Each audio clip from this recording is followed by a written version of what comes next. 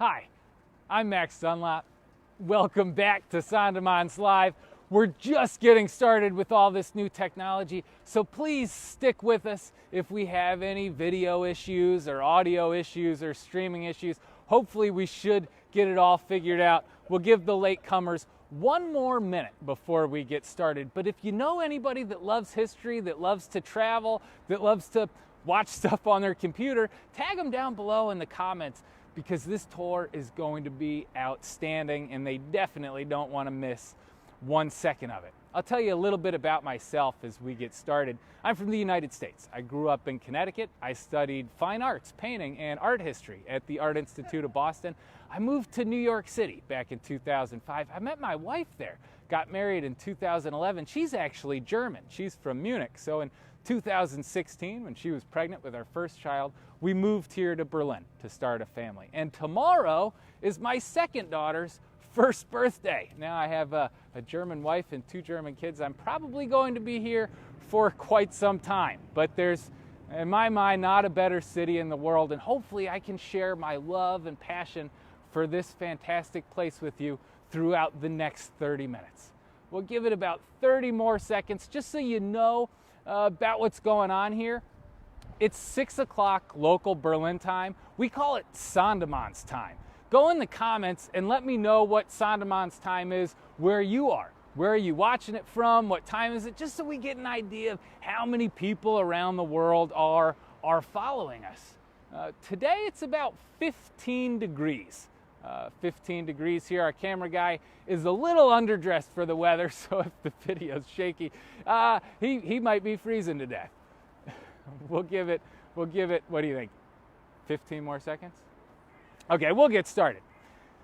Again, my name's Max Dunlop. I'd like to thank you for coming. Today, we're standing in Bebelplatz, a beautiful old square that was built by Frederick the Great, beginning with the Opera House behind me, built in the 1740s. The amazing thing about this Opera House is that when it opened its doors to the public. The ideas of the Enlightenment. You know, Frederick the Great, one of his best friends was Voltaire, the French philosopher, lived in his palace with him for a few years. And he took these ideas that were changing the world and put them to action in his kingdom. So when he built the largest opera house ever built in the history of the world, when it opened, he opened the doors to the people of the city. For the first time, regular people could go in and watch the show with the king. Regular people are sitting around watching the show, looking at the king. They start to think, you know what? I'm kind of like the king. Maybe I should be in charge. And the series of events that unfold through the next few centuries, getting to where we are now, where you could run for office and be in charge of your own country. But keep this opera house in the back of your head, because we're going to come back to it when we finish the tour down at Checkpoint Charlie. But on the way there, we're going to pass through what I think is the most beautiful square in the city. Well, first, let's go way back in time, back to the 1600s, when this was not quite a city. It was a little village in a swamp that nobody had ever heard of. And a war broke out in 1618. When it happened, it was the largest war that had ever happened in the history of the planet Earth. It was a religious war. All the Protestant kingdoms in Europe joined together and fought all of the Catholic kingdoms in Europe. The war lasted for 30 years, and when it was over, they called it the 30 Years' War. And when it ended in 1648, half of the population of Berlin was dead. They lost half of the people in the city. Now, the king still wanted to have a town. He just needed people. And he came up with a plan. In 1685, he passed a new law. He called it the Edict of Potsdam. And this is what it did. He said, we're going to open up our borders to immigrants. Anybody who wants to come can come in. He said, if you come now, we'll give you free land to start a farm on. We'll give you free livestock for your farm, free seeds to plant your crops with. He says, we'll give you religious freedom. You can build a church, a temple, a synagogue, anything you want. And this was the big kicker. He says no immigrants will have to pay taxes of any kind for their first 6 years of living in the city. Now, all over Europe, people say to themselves, religious freedom and no taxes, I am going to Berlin, and they come in huge numbers from every direction.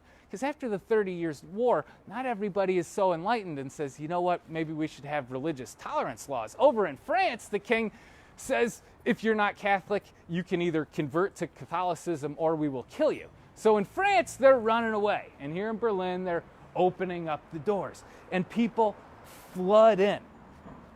Now, this causes drastic changes to happen. And all these new people come, they start farming the land. One of the largest groups to come were a French minority group, a Protestant group called the Huguenots. Now, when they came, they wanted to build their own new house of worship. So in 1700, they set to work on building a magnificent new church. Now, where we're headed, into this square just down the street, at the time, in 1700, it was just farms, barns, horse stables. And the German farmers are standing around watching these new French immigrants building this church. And we can just start to see it creeping up from behind the building as we make this turn. That was the French Dome. It opened in 1705. Man, these French farmers, these German peasants are watching it. They say, what a fantastic church. They say, we should have a fantastic church just like that. They say, we got a little wooden Lutheran church. So 3 years later, they copy it and they build one for themselves. You can see just past it the other dome. They called that the German Dome, the French Dome and the German Dome. The German one opened in 1708. Think about that. In 1708, you have these two beautiful churches. You have people worshiping in two different ways, in two different languages, peacefully next to each other 300 years ago. They are way out ahead of everybody else when it comes to religious tolerance. There's a cyclist. We're going to try not to get run over as we cross the street here. You get too excited talking about the Enlightenment, you get hit by a car. So not only are the Prussians, it's not Germany yet. There's no Germany until 1871. Then it was a kingdom called Prussia. The Prussians at the time, they're German people. They speak German, they eat German food, they drink beer, but there's no actual Germany yet. Well, the Prussians, not only are they leading the world in religious tolerance and openness, which these two churches became the symbols of, but they're also leading the world in arts and culture. And that's the building we're going to see here in the middle. In 1821, it was built. And the architect copied a Greek temple. We'll see the columns and the frieze, and the statue of Apollo up on top. The reason they used the Greeks as influence is because everything in Germany is about being better than the French. And the French were looking at Roman architecture. So to beat them, they went to the Greeks. They said, we'll go older. And in 1821, this beautiful concert house opened. They copied a Greek temple. They made it look like a church, but on the inside they put a concert house. So you would walk up the steps, and instead of getting on your knees to worship God, you sit in a chair to listen to music. They put religion at the level of God. You do that. Well, you do that, and you're going to get some pretty good musicians. And they did. This is Germany. They got a Beethoven. They got a Schubert, a Bach, and a Mendelssohn. In the middle here, you can just start to make out this fantastic white marble sculpture of the poet Schiller. Now, you may or may not know who Schiller is, but I'm pretty sure everybody out there knows who Beethoven is. Beethoven said he used poetry a lot to fill his head with ideas, with emotion, with power, and then he would take the emotion from the poetry and try to elevate it into a piece of music. He said, when you do that, you have to be better than the poet. He said, you can't do that with Schiller. He said, you should stick to somebody like Goethe. When Beethoven throws a huge compliment out at you like that, they carve you out of marble and put you in the middle. Reinhold Bege was the sculptor that did this. He also sculpted the huge fountain that used to be out in front of the palace. He's probably my favorite German sculptor. Let's come a little bit closer. From this distance, you can see the fabric. draping off of Schiller's arm, it feels like fabric. That's a giant rock. It doesn't feel like a rock. And as we get in a little closer with the camera, look at the tip of his toe just sticking off the pedestal. He's coming into your world. He's leaving the space. Look at that hand. The hands are larger than natural. He exaggerated that to give it emotion. Look at how powerful that is in front of the Konzerthaus. This is what people would have thought of when they thought of Germany. Religious tolerance, the arts, Schiller, Beethoven, openness, freedom, and music. And now, when most people think of German history, they think of the Third Reich and Adolf Hitler. The opposite of this. I'm trying to say is this can happen absolutely anywhere, at any time, and you could never see it coming ahead of time. Who would have thought the Khmer Rouge was going to happen in Cambodia? They have thousands of years of culture and tradition. Now, these buildings were heavily damaged in the Second World War.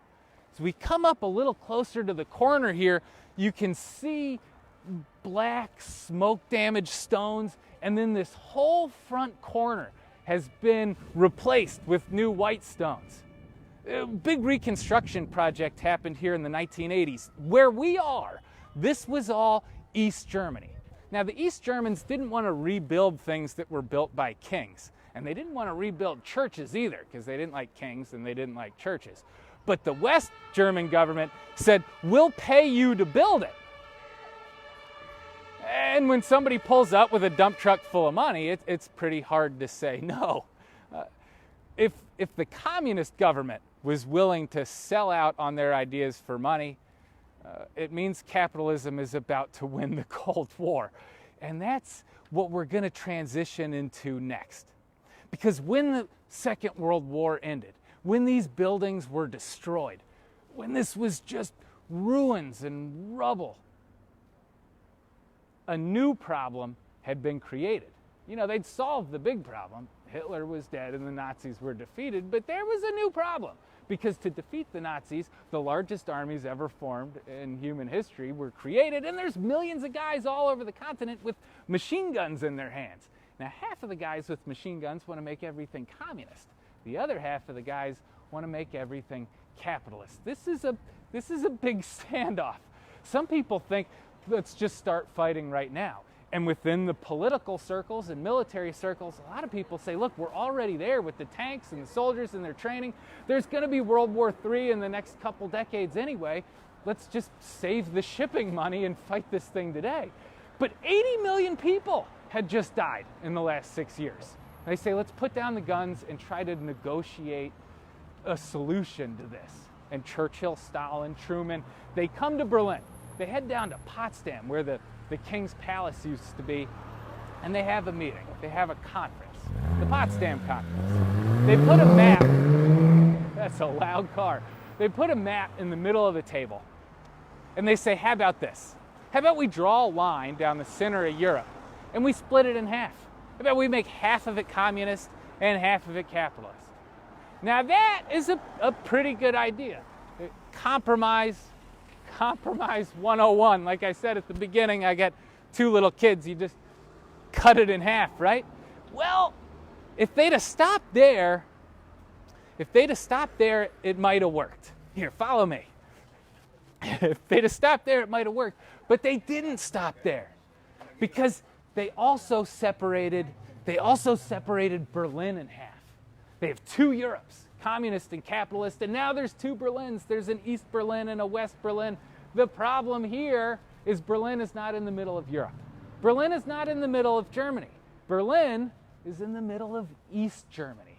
And that is going to be a huge problem for West Berlin. West Berlin will now be a capitalist city in the center of a communist country. You can start to see how this will not work out very smoothly. The other big problem is not everyone is totally excited about the new world that they live in. On the communist side, Joseph Stalin is a violent, oppressive military dictator. He starts opening up the Gulag system and massacring people, making people disappear. People start running away from him. here in Berlin. Some people thought the workers' revolution had happened and now the workers would be in charge. But in 1953, in June, as work quotas increased, as living conditions decreased in the East, thousands of protesters filled the streets, demanding better conditions. They said, if this was the workers' revolution, if the workers are in charge, you need to listen to the workers. And what did the communist leaders do? Did they come out and listen to their demands? No. They came out into the street with tanks and guns and they attacked the protesters. In one night, over 40 people were shot dead. 10,000 people were arrested. And people really began to realize what Stalin's Soviet Union was all about. Violence and oppression.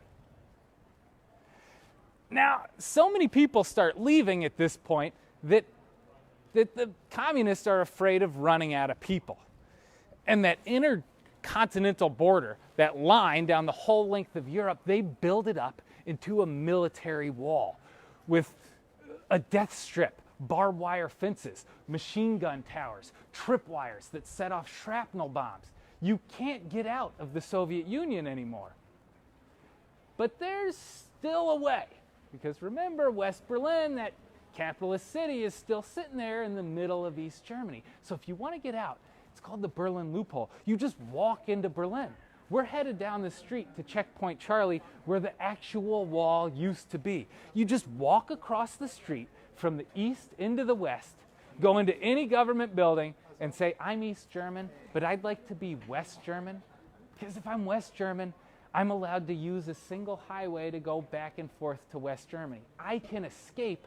All I need is a West German passport. And they build refugee centers, and all day, every day, they start handing out passports to anybody who wants them. So in 7 years, 3.5 million people leave East Germany. 3.5 million, that's 20% of the population takes off using this Berlin loophole. So the guy in charge of the East, this fellow's name is Walter Ulbricht. He says, I have to stop people from escaping or my country is going to collapse. Because the people leaving, it's not randomly selected 20% of the population. Oh, thank you to Brenda. Thank you very much for the tip. Now, the people that are leaving are the young, highly educated people. They're the most skilled people in society. They're the engineers. They're the doctors. They're the live streaming walking tour guides. They're the people that society cannot live without. You know, if you're an old person and it's 1961, think about that. You're 70 years old. You were born in the 1890s under Kaiser Wilhelm II's military dictatorship. You fought in World War I. You lived through the Great Depression. Then World War II and the Nazis. When the communists come in at the end of your life, this is probably the best thing that's ever happened to you. So the old people stay.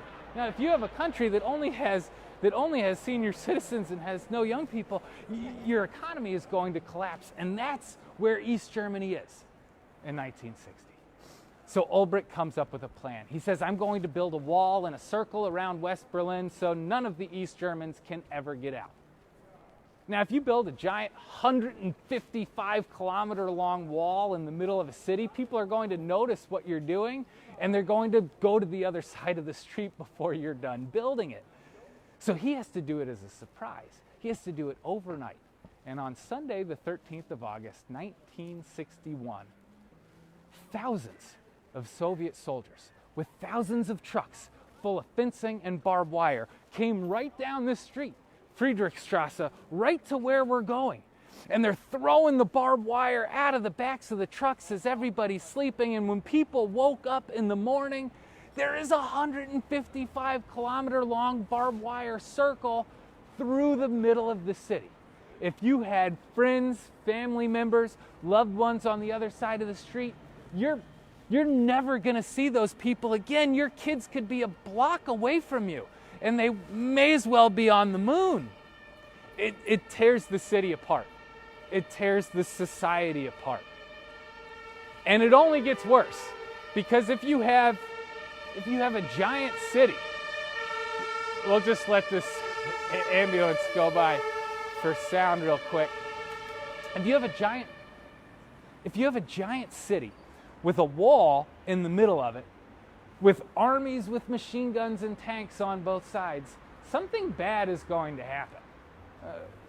Something really bad is going to happen, and it doesn't take long for that bad thing to happen.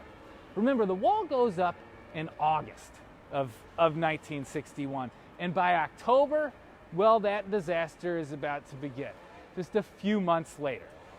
A man named Alan Leitner, he was a U.S. diplomat. He wants to go to the opera. Remember where we started? At the Opera House right behind me? That's where they began. He comes to Checkpoint Charlie, where we're headed. He's got his suit on. He's got his opera tickets. He's ready to go.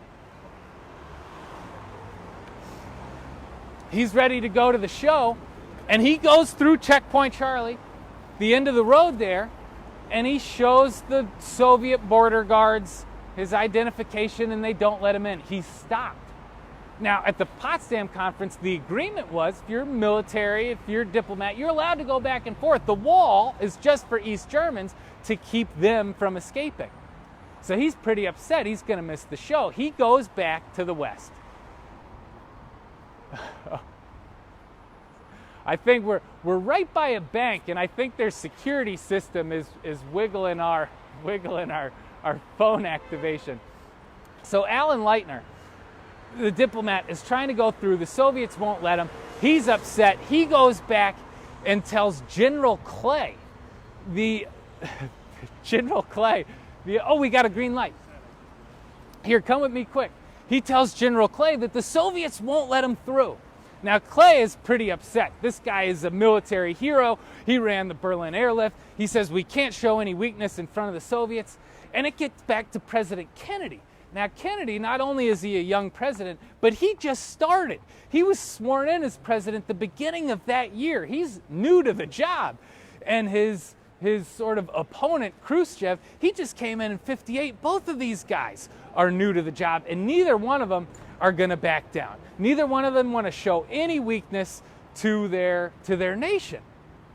So day by day, this whole thing escalates. Soldiers are marching around the city. People really think World War III is about to begin. And on October 27th, 1961, 10 Soviet tanks rolled down this road we're standing on. Look at now, it's souvenir shops and bakeries and coffee shops. But October 27th, 1961, tanks rolled right through here. Soldiers with their machine guns up. They roll down to Checkpoint Charlie where we're going. And what do the Americans do? How do they de-escalate the situation? They roll in 10 of their own tanks, come down to the intersection, pointing at each other in this standoff. Now, Kennedy quickly gets on the phone. They set up a line between D.C. and Moscow, and nobody knows what to do because nobody wants to say, we'll back down. For hours, all night, until the next morning, these tanks are there. The rifles are up. The soldiers are waiting. Somebody sneezes, and World War III happens. The end of the planet Earth. Oh, let me just interrupt the story 1 second to point these out as we go past. Here, come down here and take a look at these. These are called stumbling stones. This is actually the largest memorial in the entire planet. It started here by an artist in Berlin. He goes around and finds the place or the home where someone was taken, where they were stolen by the Nazi military dictatorship, and then puts out a plaque that says when they were born, when they were taken, where they were brought to, and where they were killed. The only way we can stop history from repeating itself in the future is if we confront the crimes of the past, if we learn from the crimes of the past. These are Now there's over 70,000 of these stumbling stones in over 21 countries. So anyone walking in any city or village all over Europe is constantly reminded of this danger, of this fear that can always overtake human society. So we're back to when the world almost ended. There's these tanks in the streets. They're pointed at each other all day, all night. Kennedy, Khrushchev, no one wants to back down. And eventually, they decide to simultaneously start backing the tanks out of the intersection. One by one, they pull them back. And one by one, they drive away. We were that close. We were that close to this being a desert wasteland with cockroaches running around. And now we have the beautiful glowing light of the McDonald's arch and the Kentucky Fried Chicken sign. We'll come right down here into the middle here. The reason it's called Checkpoint Charlie is in the 155 kilometer long Berlin Wall, there were 14 checkpoints, some for people to walk through, to drive through. There were some train checkpoints. There were a few trucking checkpoints. There were a few water checkpoints on the river. But right here, they broke them all down by their military alphabet name. There was a Checkpoint Alpha, Checkpoint Bravo, Checkpoint Charlie was this one. Now, Charlie was no more or less significant than the other ones, but it was a pretty main street. So when tourists would come to visit when the wall was up, you know, if you were on the west, you could go into the east. It was the east that couldn't leave. Oh, look at this. We are crossing right over the actual place. This line is where the Berlin Wall used to stand. We could not have done this in the 60s, 70s, or 80s. What I am doing right now would have got me killed. And now I just look silly standing on a sidewalk. If you ever come to Berlin too, to know where you are, which side of the wall you're on, they put these brass plaques in the wall. It says Berlin Mauer, that's German for Berlin Wall. If you can read it, if it's right side up, you're in the west. If it's upside down, you're in the east. Here, let's come finish today by getting a real close-up look at this former military checkpoint. We'll just come in here. Now, there is an American soldier, Harper, whose photograph they chose. The legend was he was the last guard to ever work in the Checkpoint Charlie booth. It's a great story, but unfortunately, it's not true. He was just a guard that worked at one of the booths. Now, the big mystery on the other side is there's a Soviet guard, and no one knows who he is. So if anybody watching live, if that's your grandfather, just post in the comments feed what his name was, and you'll help every historian that's ever been here. We're going to finish by coming up to the U.S. Army Checkpoint.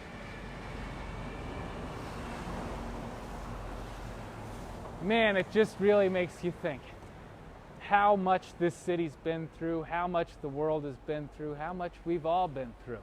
When people came together, built walls in the middle of the planet, tried to divide each other.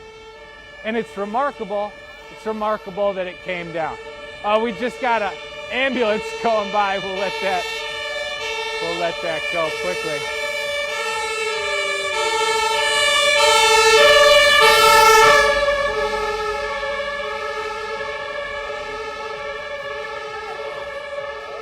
Well, that's where we'll finish today. I'd like to thank you for coming.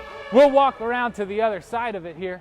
You know, actually, my cousin Johnny, he's from Ohio. He was stationed in Berlin during the Cold War. He said they would go out into the woods and just practice military maneuvers for what would happen when the Soviets came. I hope you enjoyed yourself today. We'll be doing another tour tomorrow at 6 o'clock Berlin time. That's SANDEMANs time. If you enjoyed yourself today, there is a donations button just below the video. Anything you can give helps us out so much getting through these difficult times, and I really personally can't thank you enough. I hope you had a great time, but live from Berlin, I'm Max Dunlop, signing out.